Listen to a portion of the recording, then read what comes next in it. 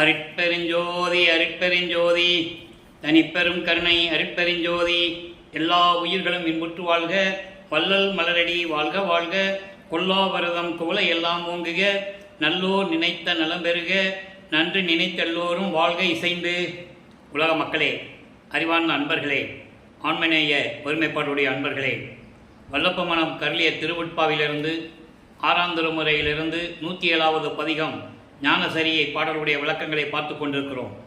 ஞானசரியை மொத்தம் 28 பாடல்களை கொண்டது. இதுவரை 14 பாடலுடைய விளக்கங்களை பார்த்து கொண்டிருக்கிறோம். ஞானசரியை என்பது மரணமில்லா பெருவாழ்வை தரக்கூடியது. மரணமில்லா பெருவாழ்வை பெற வேண்டும் என்றால் சுத்த சன்மார்க்கத்தில் இருக்க வேண்டும். சுத்த சன்மார்க்கத்தில் இருந்து கொண்டு மரணமில்லா பெருவாழ்வில் எப்படி வாழ்வது, மரணமில்லா பெருவாழ்வை எப்படி பெற்றுக்கொள்வது என்ற நிலையை தெளிவாக நமக்கு அருளியிருக்கிறார்கள் பிள்ளைப்பெருமான் அவர்கள். வல்லப்பெருமான் அவர்கள் இதற்காகவே இந்த பூலோகத்திற்கு ஒரு தாயின் வழியாக வருவிக்க உற்று சமயங்களையும் மதங்களையும் மார்க்கங்களையும் பின்பற்றி கொண்டு, சைவ சமயங்களை பின்பற்றி கொண்டு, சைவ சமயத்தின் அடையாளமாகிய திருநுரை பூசிக்கொண்டும் உத்ராட்சி மாலை போட்டுக்கொண்டும் சிவபெருமானை நமச்சிவாயை என்று சிவபெருமானை அழைத்து கொண்டும் இருந்து கொண்டிருந்தார்கள். அது காலத்தின் கட்டாயம். ஏனென்றால் அப்படிதான் தன் மகனை அருட்பெருஞ்சோதி ஆண்டவர் திருவிளையாடல் செய்து கொண்டிருக்கிறார் என்பதை நாம் அருட்பெருஞ்சோதி ஆண்டவரின் திருவிளையாடல் என்ற பதிவிலே 350 பதிவுகளிலே நாம் விளக்கமாக பார்த்துவிட்டோம். வல்லப்பெருமான் அவர்கள் இந்த பூலோகத்திற்கு வருவிக்க உற்று 32 ஆண்டுகள் வரையிலும் சென்னையிலே எப்படி இருந்தார் என்பதையும், அதன் பிறகு சுத்த சிவஞானி வழிக்கு சென்று அங்கே சுத்த சன்மார்க்கம் எப்படி பெற்றுக்கொண்டார் என்பதையும், சாகா கல்வியை எப்படி கற்றுக்கொண்டார் தன் தந்தையிடம் அருட்பெருஞ்சோதி ஆண்டவரிடம் என்பதையும், அதன் பிறகு 9 ஆண்டுகள் கருங்குழியிலே எப்படி உறைவிடமாக கொண்டிருந்தார்கள் என்பதையும், அங்கே நடந்த நிகழ்வுகளை எல்லாம் நாம் ஏற்கனவே தெளிவாக பார்த்து விட்டோம். அதன் பிறகு ஜீவகாருண்ய ஒழுக்கத்தை உலக மக்களுக்கு சொல்ல வேண்டும் என்பதற்காக தர்மசாலையை நிறுவியது. தர்மசாலையிலே நமது பிள்ளைப்பெருமான் அவர்கள் உறைவிடமாக இருந்த பொழுது அங்கே நடந்த நிகழ்ச்சியெல்லாம் நாம் ஏற்கனவே தெளிவாக பார்த்து விட்டோம்.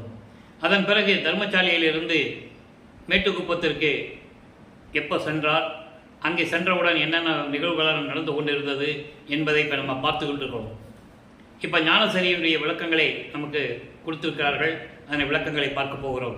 அதற்கு பின்பு சுத்த சன்மார்க்க கொடி கட்டியது, பேருபதேசம் பண்ணது, சுத்த சன்மார்க்க கொடியினுடைய பாடல்கள், அதன் பிறகு பேருபதேசம், இறுதியாக தன் தந்தை அருட்பெருஞ்சாண்டவர் எப்படி வந்து தன்னை இரண்டட கலந்து கொண்டு அருட்பெருஞ்சோதி ஆண்டவராக்கினார் என்ற நிலையை பின்னாளில் பார்க்க போகிறோம். இப்போ ஞானசரியை பார்த்துக்கிட்டு இருக்கோம். நல்ல கவனிங்க. சரியை கிரிய யோகம் ஞானம் என்ற 4 நிலைகளிலே 16 நிலைகள் உண்டு. சரியை கிரிய யோகம் என்ற 12 நிலைகளும் சமயங்களையும் மதங்களையும் மார்க்கங்களையும் சார்ந்த நிலைகள். ஞானசரியை என்பது 13வது நிலை. அது திரையோதச நிலை என்று கூறுவார் வல்லப்பெருமான் அவர்கள். இதிலிருந்து தான் மரணமில்லா பெருவாழ்வு தொடங்குகிறது. சுத்த சன்மார்க்கத்துடைய விளக்கமே இதிலிருந்து தான் தொடங்குகிறது என்பதை நாம் பார்த்து கொண்டிருக்கிறோம். ஞானசரியுடைய விளக்கம் என்பது இறைவனுடைய நிலைகளையும், இறைவன் எப்படிப்பட்டவர் என்ற நிலையையும், தான் சமயங்களிலும் மதங்களிலும் மார்க்கங்களில் இருக்கும்போது எந்த நிலையில் இருந்தேன், அதன் பிறகு எனது தந்தை அருட்பெருஞ்சாண்டவர் என்னை ஆட்கொண்ட பிறகு சுத்த சன்மார்க்கத்தை கொடுத்த பிறகு அவருடைய நிலை என்ன என்பதையும், உலக மக்களை எப்படியெல்லாம் சுத்த சன்மார்க்கத்திற்கு அழைக்கிறார், சுத்த சன்மார்க்கத்திற்கு வந்தால் என்னென்ன பலன்களை பெற்றுக்கொள்ளலாம் என்ற நிலைகளை விளக்குவதுதான் ஞானசரியுடைய விளக்கம்.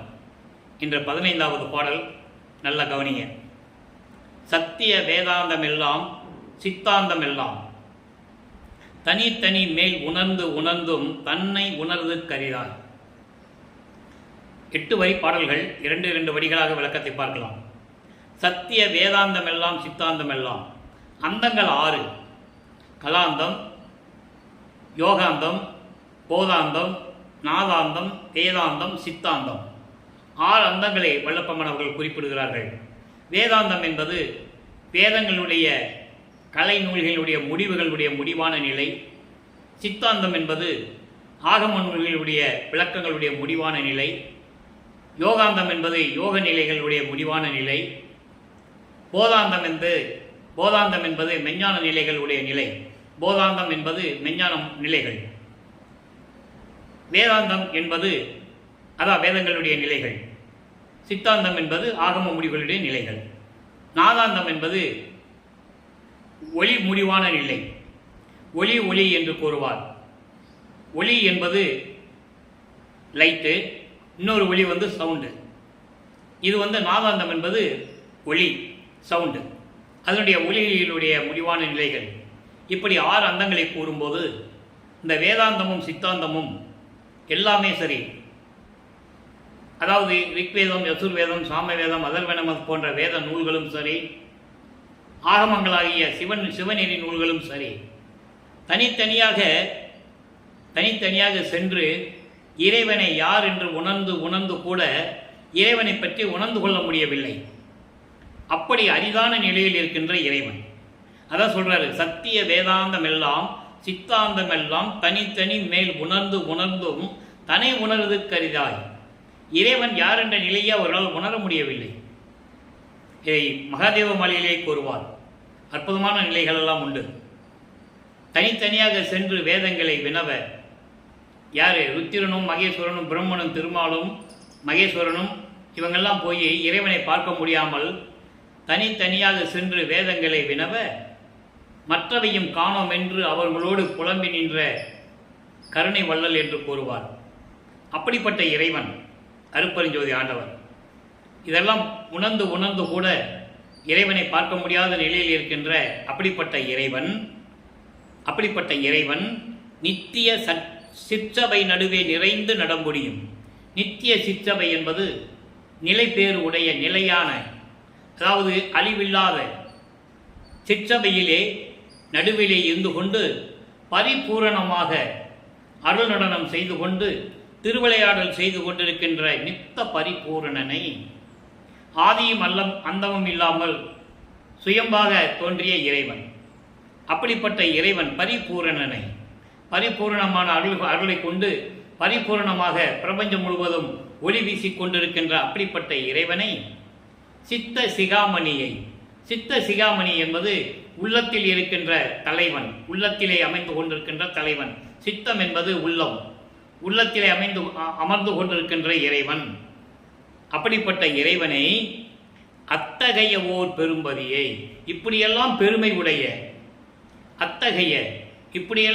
உடைய ஒரு பெரும்பதி என்பது அருட்பெருஞ்சோதி ஆண்டவர்.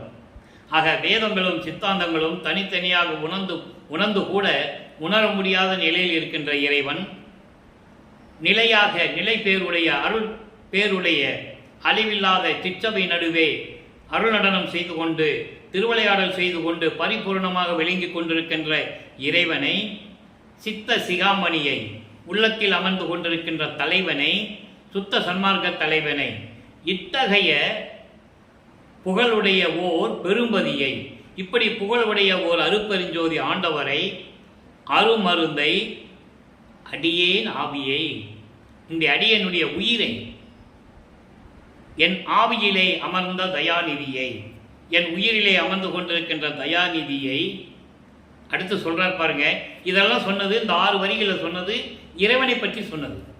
எப்படிப்பட்ட இறைவன்? சுத்த சன்மார்க்கத்தின் தலைவன் அருட்பெருஞ்சோதி ஆண்டவர் எப்படிப்பட்டவர் என்ற நிலையை இந்த 6 வரிகளை கூறுகிறார்.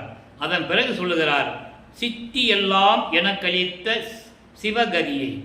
சித்தி எல்லாம் எனக்களித்த சிவகதியை. இங்கே சித்தி என்பது இறைவனுடைய அருள் ஆற்றல். சித்தர்கள் செய்கிற சித்து வேலைகள் அல்ல. இந்த சித்தி என்பது சித்து வேலைகள் அல்ல. அதை நீங்கள் நல்லா புரிஞ்சுக்கணும். ஏன்னா இதனுடைய பொருள் தெரியாமையே, வேறுபாடு தெரியாமலே சித்தின்னு என்ன, சித்தர்கள் செய்கிற சித்து விளையாட்டுகள் அப்படின்னு நினச்சிட்டு இருக்காங்க. அது கிடையாது. சித்தி என்பது ஞான சித்தி, இறைவனிடமுடைய அருள் ஆற்றல்கள்.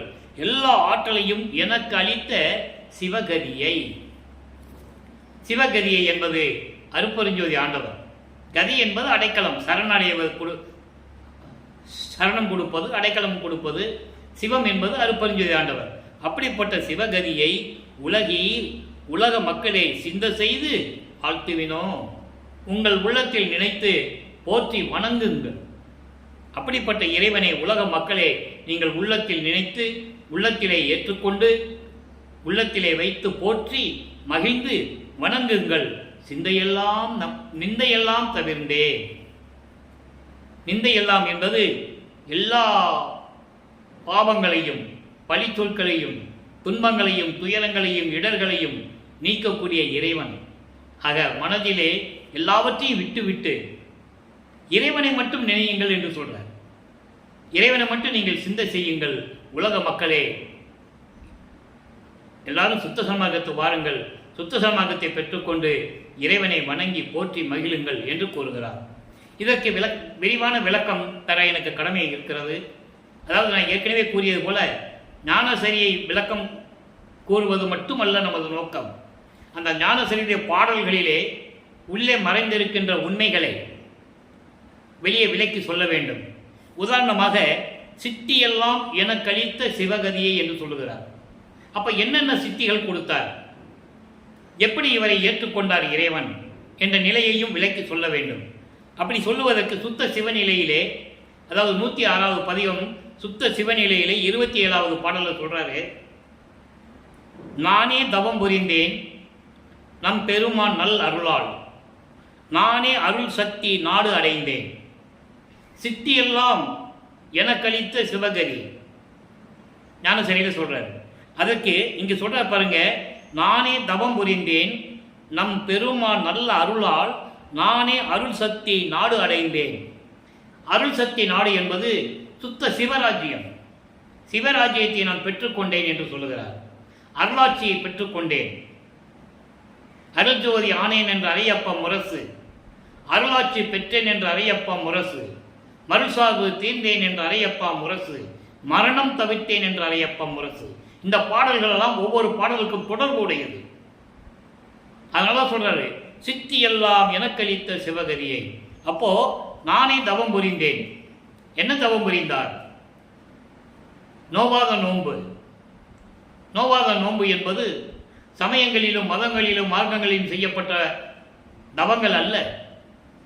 அவர்களெல்லாம் உடம்பை வருத்தி, உடலை வருத்தி, ஐம்புரிகளை அடக்கி, புலன்களை அடக்கி, பூதங்களை அடக்கி எழுந்து, அதாவது உண்ணாம சாப்பிடாம தூங்காம உடம்புல இருக்கிற எலும்பெல்லாம் வெளியே தெரிகிற மாதிரி அப்படி தவம் இருப்பாங்க.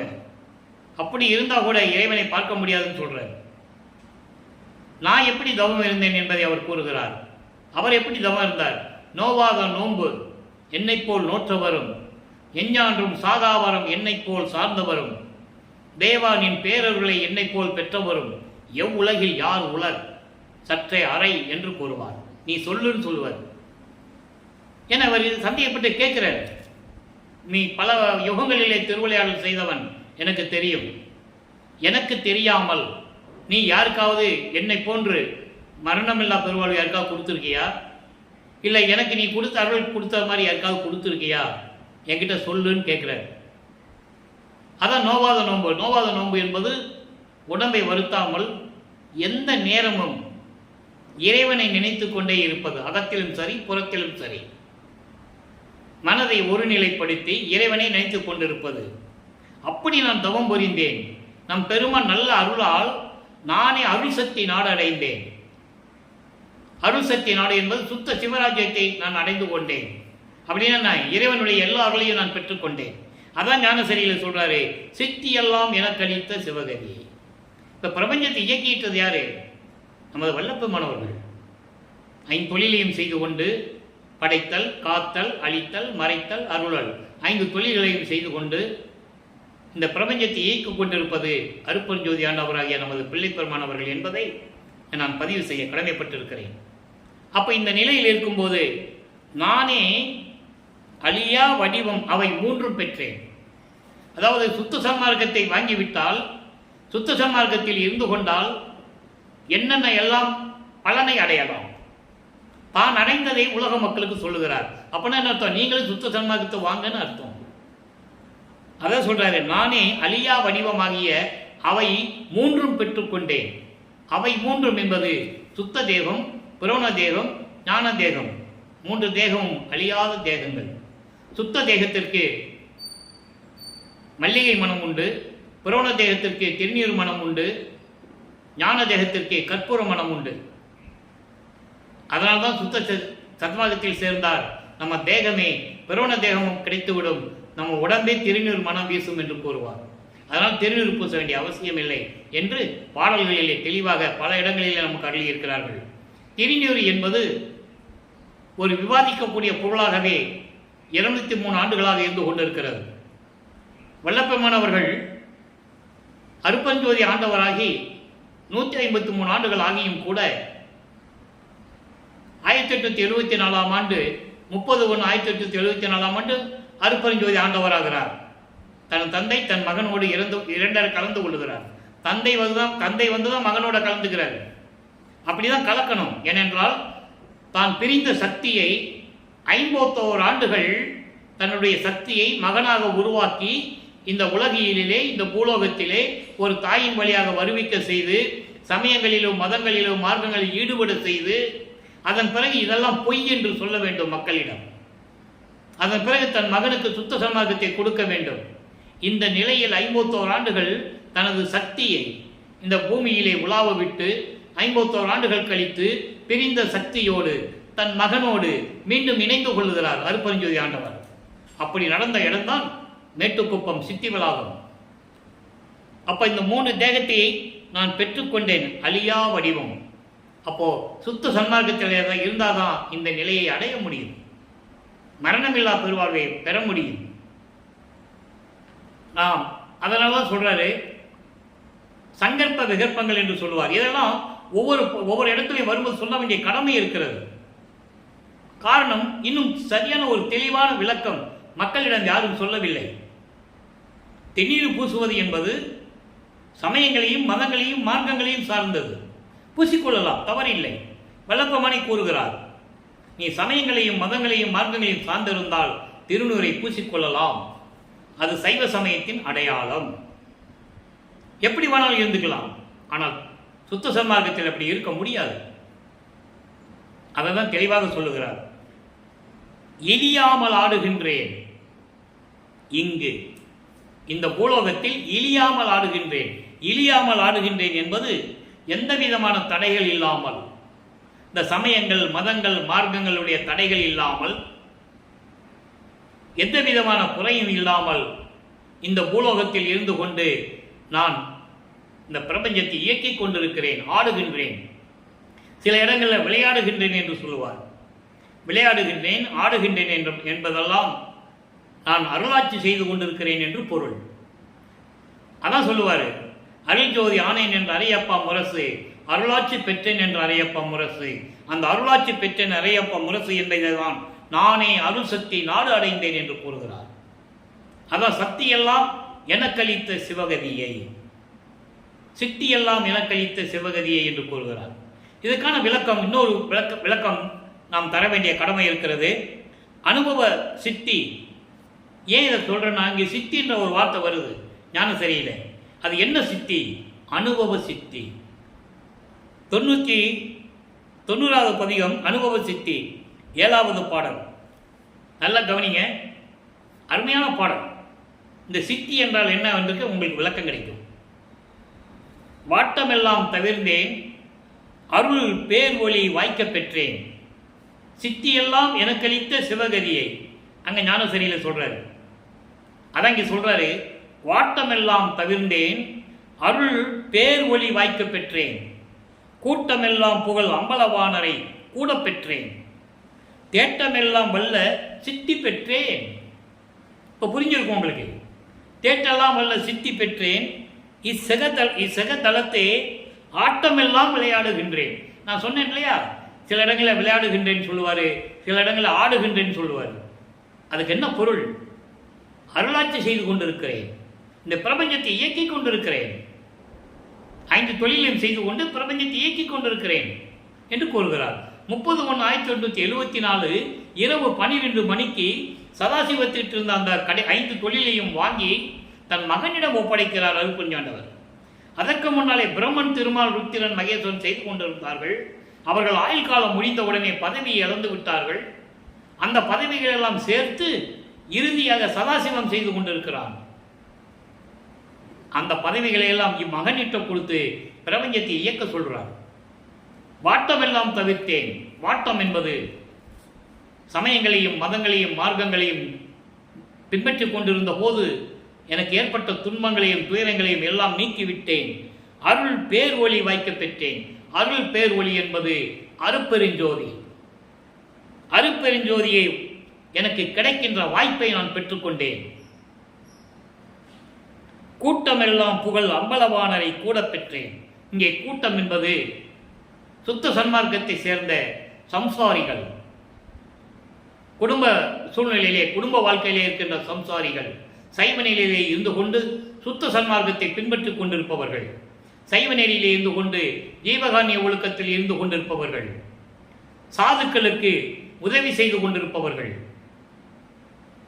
இப்படிப்பட்ட நிலையில் இருக்கின்ற அன்பர்களும் சம்சாரிகளும் புகழக்கூடிய அம்பலவாணரை, அம்பலவாணர் என்பது அருட்பெருஞ்சோதி ஆண்டவரை நான் கூட பெற்றேன், நான் கலந்து கொள்ளுகின்ற வாய்ப்பை பெற்றேன். இதெல்லாம் எப்படி கிடைத்தது? இந்த லாபங்கள்லாம் சுத்த சன்மார்க்கத்தை வாங்கிய பிறகுதான் இந்த லாபம்லாம் எனக்கு கிடைத்ததுன்னு சொல்றாரு. பேருபூஜ்யத்தில் சொல்லுவார், அதை நம்ம பின்னால் விளக்கம் பார்க்க போகிறோம். அப்படி தேட்டமெல்லாம் வல்ல சித்தி பெற்றேன். தேட்டம் எல்லாம் என்பது நான் விரும்பியதெல்லாம், நான் எண்ணியதையெல்லாம் ஒட்டுமொத்தமாக எல்லா சித்தியும் பெற்றுக்கொண்டேன். எல்லா சித்தியும் பெற்றுக்கொண்டேன். இது யார் கொடுத்தது? சித்தி எல்லாம் எனக்களித்த சிவகதியை. ஞானசரிகளுக்கு அந்த ஒரு வரிக்கு இவ்வளவு விளக்கங்கள் தர வேண்டியிருக்கு. இன்னும் நிறைய இருக்கு. நம்ம நேரம் கருதி ரொம்ப சுருக்கமாக சொல்லிக்கிட்டு இருக்கேன். சித்தி எல்லாம் என கழித்த சிவகதிய வரிக்கு மாசக்கணக்கில் சொல்லலாம் விளக்கம். அவ்வளவு விளக்கங்கள் இருக்கு. இப்போ தேட்டமெல்லாம் வல்ல சித்தி பெற்றேன். எண்ணிய நான் எண்ணியவாறு எனக்கு அருளும் தெய்வம். 6ஆம் திருமுறையில் 46வது பதியத்தில் அருள் ஜோதி நிலைன்னு ஒரு பதியம் இருக்குது. அதில் 5வது பாடலில் சொல்லுவார், 5வது வரியில் சொல்லுவார். அற்புதமாக இருக்கும் முதல் பாட்டில். ஏன் அகவலே சொல்லுவாரே, எப்படி எண்ணியது என் கருத்து இங்கு எனக்கு, அப்படி அருளிய அருட்பெருஞ்சோதி. எப்படி விளைந்தன என் மனம் இங்கு எனக்கு, அப்படி அருளிய அருட்பெருஞ்சோதின்னு சொல்லுவார். அதான் இங்கே சொல்றாரு, தேட்டமெல்லாம் வல்ல சித்தி பெற்றேன். நான் விரும்பியபடி, நான் எண்ணியபடி, எப்படியெல்லாம் அருள் வேண்டுமோ என்று நான் எண்ணினோ அப்படியெல்லாம் எல்லா அருளையும் நான் பெற்றுக்கொண்டேன். இச்சகதலத்தே, இந்த பூலோகத்தில் மக்களே, நீங்கள் வாழ்கின்ற இந்த உலகிலே, என் மக்களே, இந்த பூலோகத்திலே ஆட்டமெல்லாம் விளையாடுகின்றேன். எல்லா சித்திகளும் இறைவன் எனக்கு அளித்து விட்டதனால் 5 தொழிலையும் செய்து கொண்டு இந்த பிரபஞ்சத்தை நான் இயக்கிக் கொண்டிருக்கிறேன், அருளாட்சி செய்து கொண்டிருக்கிறேன். எனக்கு சார், எனக்கு யார் சரியே, எனக்கு சார் சரியே, எனக்கு யார் நிகரானவர்கள், எனக்கு ஒப்பானவர்கள் யார்? யாருமே கிடையாது.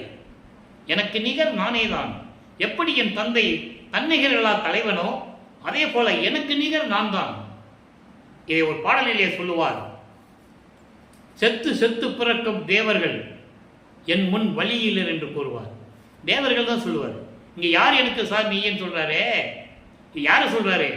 தேவர்களை. பிரம்மன், திருமால், ருத்திரன், மகேஸ்வரன் போன்ற தேவர்கள் ஏற்கனவே ஆண்டவர்கள், 5 தொழிலை செய்தவர்கள். விண்ணுலகத்தில் இருக்கின்ற யாரும் எனக்கு நிகரானவர்கள் அல்ல. என் தந்தையும் நானும் ஒன்றாக இணைந்து விட்டதனால் எனக்கு நிகர் நான் தான். அதான் சொல்லுவாரு, செத்து செத்து பிறக்கும் தேவர்கள் யாராக இருந்தாலும் சரி, பிரம்மன், திருமால், ருத்திரன் யாராக இருந்தாலும் சரி, பிறக்க வேண்டும், அடுத்த பிறவி இறக்க வேண்டும் என்றால், அடுத்த அவதாரம் எடுக்க வேண்டும் என்றால் இறக்க வேண்டும். அதனால் இவர்களெல்லாம் என் முன் வழியிலர் என்று கூறுவார். அப்படிப்பட்ட வளர்ப்பமானவர்களை, இறைவனுடைய மகனை இந்த உலகிற்கு வெளிக்காட்டாமல் விட்டு விட்டார்கள். பொதுவாக பேசினார்கள். வல்லற்பமான் யாரு அப்படின்னா பொதுவாக சொன்னாங்க, மருதூரில் ராமையா பிள்ளைக்கும் சின்னையம்மையருக்கும், சின்னையம்மையர் 6வது மனைவி, 5வது மகனாக பிறந்தார். அப்புறம் சென்னைக்கு போனாங்க, அங்கே போனார், இங்கே போனார், அப்புறம் போனார், கருமொழியில் இருந்தார், சோறு போட்டார், எல்லாம் பண்ணார். அப்போ போய் ரூமை பூட்டிட்டு சாத்திட்டு மறைஞ்சிட்டாரு. இப்படி பொதுவாக பேசினார்கள். அப்படி அல்ல. திருவருட்பா என்பது இறைவனால் அருளப்பட்டது. இறைவனுடைய திருவிளையாடல்களை சொல்லுவது, சமயங்களும் மதங்களும் மார்க்கங்களும் தேவையில்லை என்று மக்களுக்கு சொல்ல வேண்டும். அதெல்லாம் முடிவடைந்து விட்டது என்ற நிலையை உலக மக்களுக்கு தெரியப்படுத்த வேண்டும். சுத்த சன்மார்க்கம் என்று ஒரு மார்க்கம் இருக்கிறது, அது இறைவனை சாரக்கூடிய மார்க்கம் என்று சொல்ல வேண்டும். சுத்த சன்மார்க்க நெறிகளை உலக மக்களுக்கு சொல்ல வேண்டும். கொலையும் கொலையும் தவிர்த்து இருக்க வேண்டும் மக்கள் என்று சொல்ல வேண்டும். உயிர்களை கொலை செய்வது, மாமிச உணவுகளை உண்பது, ஒரு உயிரை கொலை செஞ்சு அந்த நாறுகின்ற உடம்பை, துர்நாற்றம் பிடித்த அந்த உடம்பை தன் உடம்புக்கு உணவாக எடுத்துக்கொள்வது, இந்த நிலைகளிலிருந்து மாற வேண்டும். உருவ வழிபாடுகளை நீக்க வேண்டும். இப்படியெல்லாம் நிலைகள் நிறைய சுத்த சன்மார்க்க நெறிகளை உலக மக்களுக்கு கூறியிருக்கிறார். ஒட்டு மொத்தமாகத்தான் ஞானசரியை கொண்டு வந்து வைக்கிறார் வல்லப்பெருமானவர்கள். அதை நீங்க நல்லா புரிஞ்சுக்கணும். ஞானசரியில ஒட்டு மொத்தமான நிலைகளை கூறுவார். சுத்த சன்மார்க்கத்துக்கு வாருங்கள் மக்களே, சுத்த சன்மார்க்கத்தை பின்பற்றுங்கள், நீங்கள்லாம் மரணமில்லா பெருவாழ்வில் வாழலாம். ஏனென்றால் நான் அதை பெற்றுக்கொண்டேன். அனுபவ சித்தி என்ற தலைப்பே அதற்காகத்தான் நமக்கு அருளினார்கள். சுத்த சன்மார்க்கத்தை பெற்ற பிறகு அவருடைய அனுபவங்கள் என்ன, அவர் பெற்ற சித்திகளினுடைய அனுபவங்கள் என்ன? சித்திகள் என்பது இறைவனுடைய அருள் ஆற்றல்கள். அதை தான் நாம் விளக்கமாக பார்த்து கொண்டிருக்கிறோம். எனவே இன்று நாம் பார்த்த ஞானசூரிய பாடல் உங்களுக்கு நன்றாக விளங்கி இருக்கும் என்று நான் கருதுகிறேன். வேதாந்தங்களும் சித்தாந்தங்களும் உணர்ந்து உணர்ந்து கூட இறைவனை பார்க்க முடியாத அப்படிப்பட்ட இறைவனை, அழிவில்லாமல் நிலை பெறுடைய சிற்றவையிலே நடனமாடிக்கொண்டு அருளாட்சி செய்து கொண்டிருக்கின்ற இறைவனை, சித்த சிகாமணியை, அப்படிப்பட்ட ஒரு பெரும்பதியை, அப்படிப்பட்ட ஒரு அருப்பெருஞ்சோதி ஆண்டவரை, அரும் மருந்தை, என் உயிரில் விளங்கிக் கொண்டிருக்கின்ற இறைவனை, சித்தியெல்லாம் என கழித்த சிவகதியை உலக மக்களை சிந்த செய்து வாழ்த்துமினோ. உங்கள் உள்ளத்தில் ஏற்றுக்கொண்டு சுத்த சன்மார்க்கத்தில் இருந்து கொண்டு இறைவனை போற்றி மகிழ்ந்து வணங்குங்கள். எப்படி உள்ளத்தில் துயரங்களையும் துன்பங்களையும் எல்லாம் நீக்கி நீங்கள் இறைவனை வணங்குங்கள். மரணமில்லா பெருவாழ்வை நீங்களும் பெற்றுக்கொள்ளலாம். நான் எப்படி அடைந்தேனோ அதே போல இந்த வையகமும் வானமும் வாழ வேண்டும் என்ற நிலையிலே வல்லப்பெருமானவர்கள் இந்த பாடலை நமக்கு அருளியிருக்கிறார்கள். எனவே அன்பர்களே, நீங்கள்லாம் சுத்த சன்மார்க்கத்தில் இணைந்து அருப்பெருஞ்சோதி ஆண்டவரை வணங்கி, ஜோதி வடிவில் இருக்கிறார், சுயமாக தோன்றிய இறைவன், பேரொளி படைத்த இறைவன், எல்லா அருளையும் மக்களுக்காக அருளக்கூடிய இறைவன், அப்படிப்பட்ட இறைவனை நாம் வணங்கி அருப்பெருஞ்சோதி அருப்பெருஞ்சோதி தனிப்பெருங்கருணை அருப்பெருஞ்சோதி என்ற மகாமந்திரத்தை சொல்லி இறைவன் முன்னால் அமர்ந்து கொண்டு ஒரு மண் அகல் விளக்கிலே தீபமேற்றி, எதுவுமே வேண்டாம், ஒரு தந்தையிடம் எப்படி பேசுவோமோ, நமக்கு ஏதாவது தேவைப்பட்டால் ஒரு தந்தையிடம் எப்படி கேட்போமோ, அதே போல நீங்கள் இறைவன் முன்னால் அமர்ந்து கொண்டு, தெய்வத்து முன்னால் அமர்ந்து கொண்டு அந்த மகாமந்திரத்தை சொல்லி இறைவனை வேண்டுங்கள். சத்தியமாக தருவார். சத்தியம் சத்தியம் சத்தியம். உங்கள் தாய் தந்தை ஆப்தர்களால் செய்யப்பட்ட உதவிகள் எவ்வளவோ அதை விட கோடான கோடி பங்கு நீங்கள் பெற்றுக்கொள்ளலாம். இது சத்தியம் சத்தியம் சத்தியம். எனவே இறைவனை வணங்கி எல்லா ஆற்றல்களையும் அருள்களையும் செல்வங்களையும் எல்லாம் பெற்றுக்கொண்டு இந்த வையகத்திலே நீங்கள் வாழ்வாங்க வாழ வேண்டும். நோயற்ற வாழ்வில் வாழ வேண்டும். மரணமில்லா பெருவாழ்வில் நீங்கள் வாழ வேண்டும் என்று இறைவன் தயவோடையும் கருணையோடையும் இறைவன் ஆசி பெற்ற என்ற வகையில் இந்த வள்ளலார் ஊழியன் வேண்டி விடைபெறுகிறேன். மீண்டும் நாளை சந்திப்போம். நன்றி, வணக்கம். அருட்பெருஞ்சோதி அருட்பெருஞ்சோதி தனிப்பெரும் கருணை அருட்பெருஞ்சோதி. நாளையும் ஞானசரியை விளக்கம் வரும். கேட்டு மகிழ்ந்து இறைவனர்களை பெற்றுக் கொள்ளுங்கள்.